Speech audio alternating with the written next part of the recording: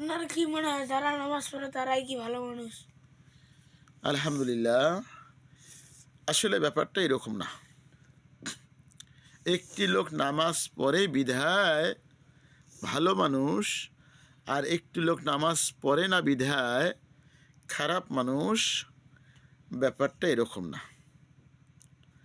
অনেক সময় দেখা যায় নামাজির চেয়েও বেনামাজি সমাজে কল্যাণমূলক অনেক ভালো কাজ করে।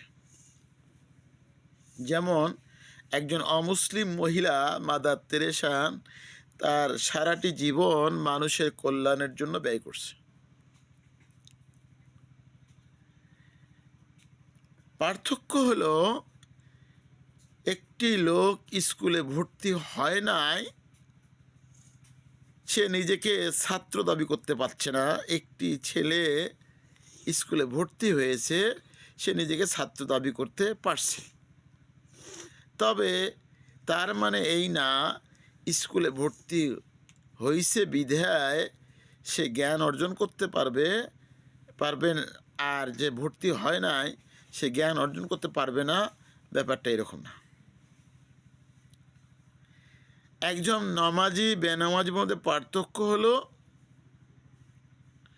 একজন মুসলিম অমুসলিমের পার্থক্য হলো নামাজ। যে নামাজ পড়ে না সে নিজেকে মুসলিম দাবি করতে পারবে না।